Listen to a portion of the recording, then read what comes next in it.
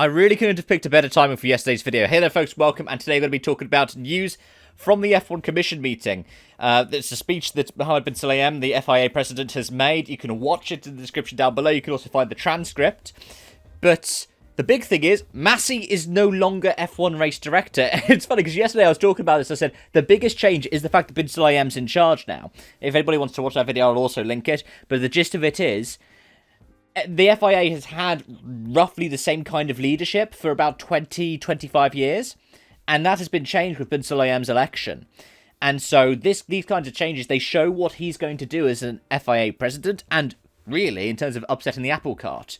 In the world of rallying, Yves Maton, who is the rally director, is no longer in the position due to, supposedly, a difference in perspective between himself and the FIA presidency.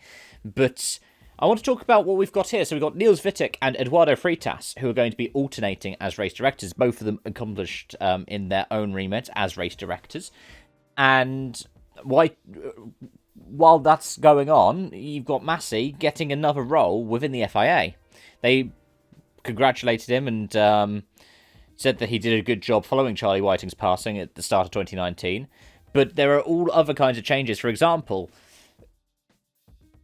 bin Sulayem describes what he's bringing in as essentially VAR for motorsport.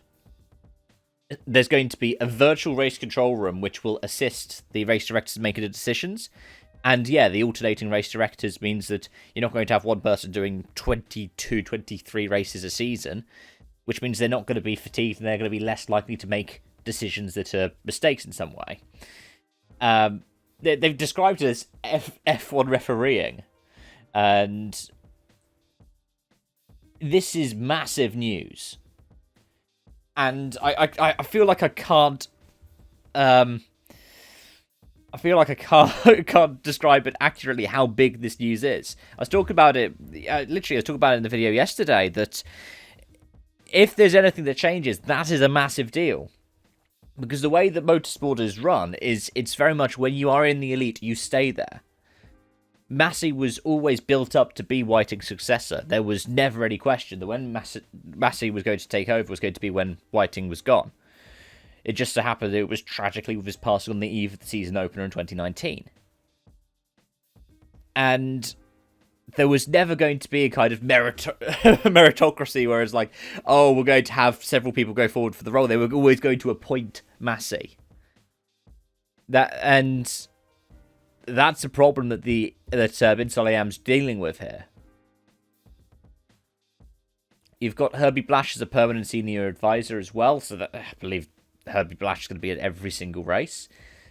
But I think the important thing is the fact that Masi is still sticking within the FIA, because at the end of the day, Masi is good at some things. There's a reason why he was in Whiting's team. There's a reason why Charlie thought that he was the successor. Because he was good at his jobs. I'm a bit annoyed, to be honest, that it took Abu Dhabi happening to bring this kind of reform and a change in the presidency of the FIA. But it shows something to me, and this is where I'm going to wrap up this video. Politics matters, and politics matters in motorsport. I know that a lot of people think politics in motorsport, they immediately think F1 Speed Racers 1 message and all of the criticisms of that. But politics also matters in regards to who's the president of the FIA and the kind of people they choose around them. This is a big deal. And I don't think people who were chanting for Masi to be gone for quite a while actually know how big a deal it is. Because this shows a massive change. Now, we need to hold these people to account, because if they make mistakes, you need to hold them to account. And the FIA is not actually releasing the full findings from it. But what I'll say is this: if you're feeling like this makes up for Abu Dhabi, this isn't about Abu Dhabi. This is politicking.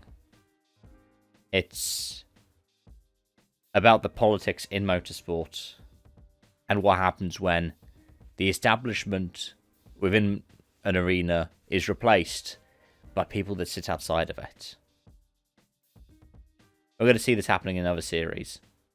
F1 is just the first one where we're seeing these changes fully implemented. And on that note, thank you for watching. I hope to see you around. Bye for now.